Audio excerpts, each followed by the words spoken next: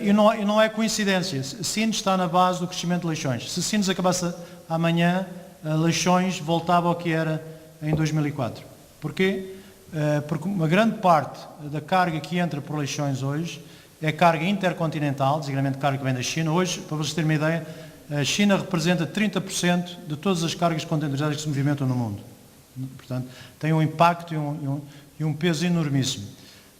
Antes de Sines existir, estas cargas intercontinentais entravam primeiro através de um porto no Mediterrâneo, tipicamente Algeciras ou Valência, ou Las Palmas também, ou então no Norte da Europa, Antuérpia e Roterdão eram os dois grandes portos que serviam depois o mercado português por navios costeiros. E nessa altura, Lisboa era o principal porto e Leixões tinha carga que recebia parte por navio e parte por comboio a partir de Lisboa. Quando Sines começou a operar, esses navios-mãe deixaram de ir aos portos, felizmente, aos portos do Mediterrâneo, Norte da Europa, portanto começaram a vir diretamente para Portugal, beneficiando claramente os importadores e exportadores portugueses, oferecendo um serviço mais rápido e mais barato, por um lado, mas por outro lado alterou o terreno de jogo de Lisboa e Leixões.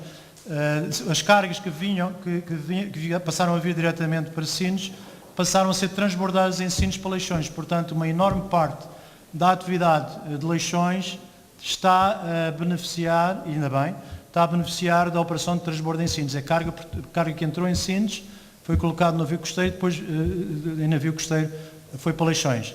Eu se trabalhasse em Leixões, estava muito mais preocupado, era com a ferrovia. Se um dia a ferrovia funcionar bem, e um dia é capaz de funcionar bem, não tenho dúvida que uma boa parte do tráfego que hoje em dia vai para Leixões vai passar a ir por ferrovia. Mas Leixões hoje em dia, Leixões é um porto que funciona extremamente bem, é muito eficiente, é caro por razões das limitações que tem, etc. Mas é interessante frisar este ponto porque é um ponto que também afeta muitas vezes o desenvolvimento estratégico dos portos e em geral da economia. Os agentes económicos normalmente não estão preocupados com o custo absoluto dos fatores de produção. Estão muito mais preocupados com o custo relativo. Eles não querem pagar mais do que o seu concorrente. Se toda a gente em Leixões pagar o mesmo que seja muito caro, ninguém protesta.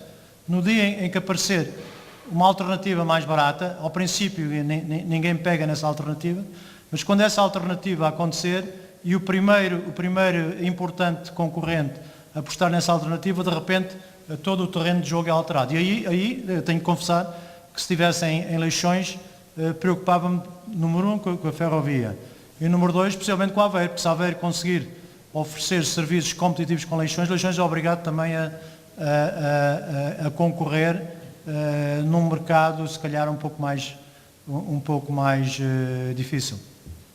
Mas Leixões, neste momento, está congestionado, como sabe, há um projeto para um segundo terminal de contentores em Leixões, há um projeto para uma plataforma logística em Leixões, e é bom que todos esses projetos venham eles próprios incentivar o desenvolvimento económico.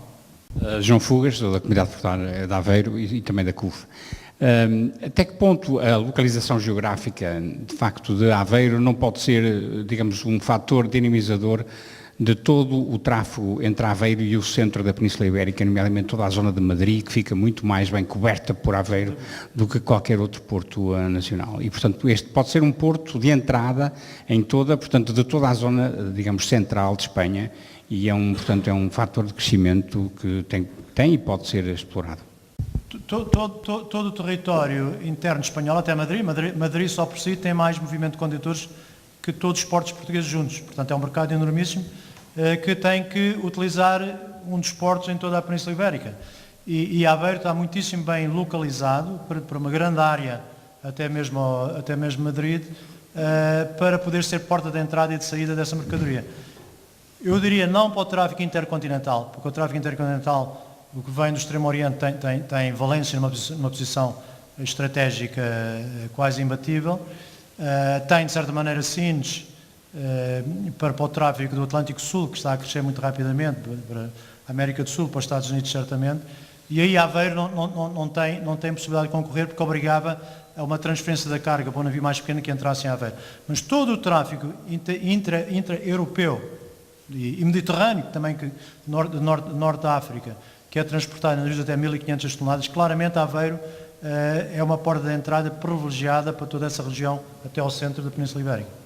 Agora, para desenvolver, a pergunta é, como é que se consegue implementar isso?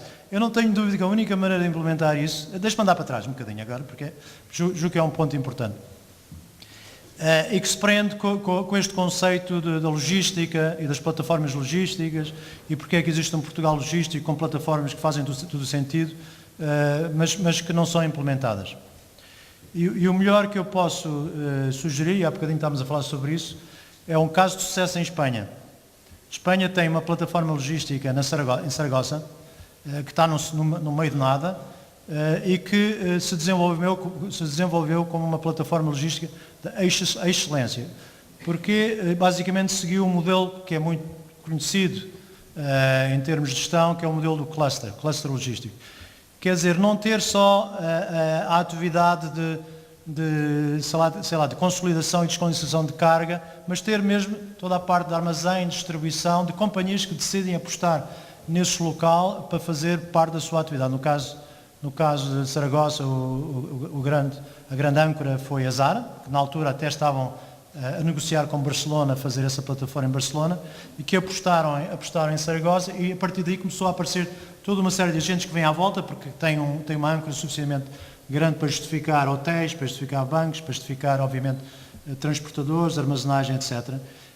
E o que é fundamental para desenvolver o conceito que acabámos aqui de falar, que é servir toda uma zona importante interna na Península Ibérica, é criar esse tipo de cluster, quer dizer, conseguir convencer um número suficientemente grande de operadores, não pode ser um único, nem só de uma atividade exclusiva, para conjugarem os seus esforços e apostarem num local que faz sentido.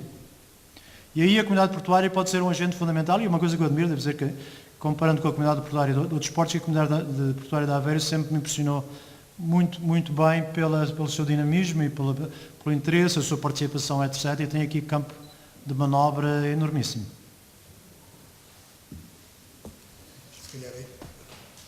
Se calhar aí na questão que o Engenheiro Fugas pôs também, põe-se a questão também do desenvolvimento do transporte ferroviário, não é? Desta questão,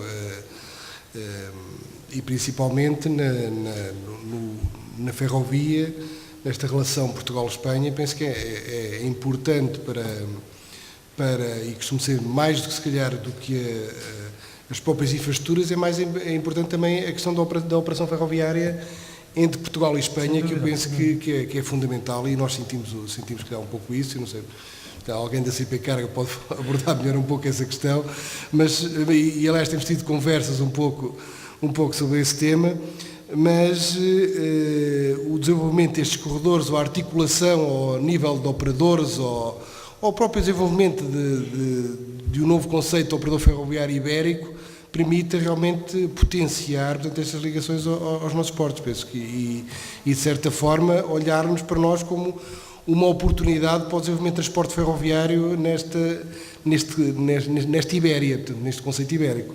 Sem dúvida.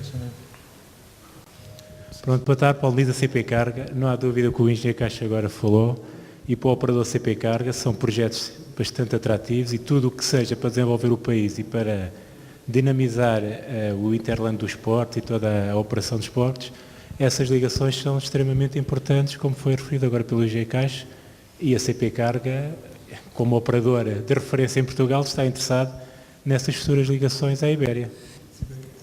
A CP Carga tem que passar a ganhar dimensão ibérica, é o que a gente precisa, não é? Mas essa dimensão ibérica, a CP Carga está lá, está no mercado e está ativa. Agora venha ao mercado à CP Carga, que a CP Carga está com projetos em mão e quer os desenvolver, e temos bastantes projetos em mão.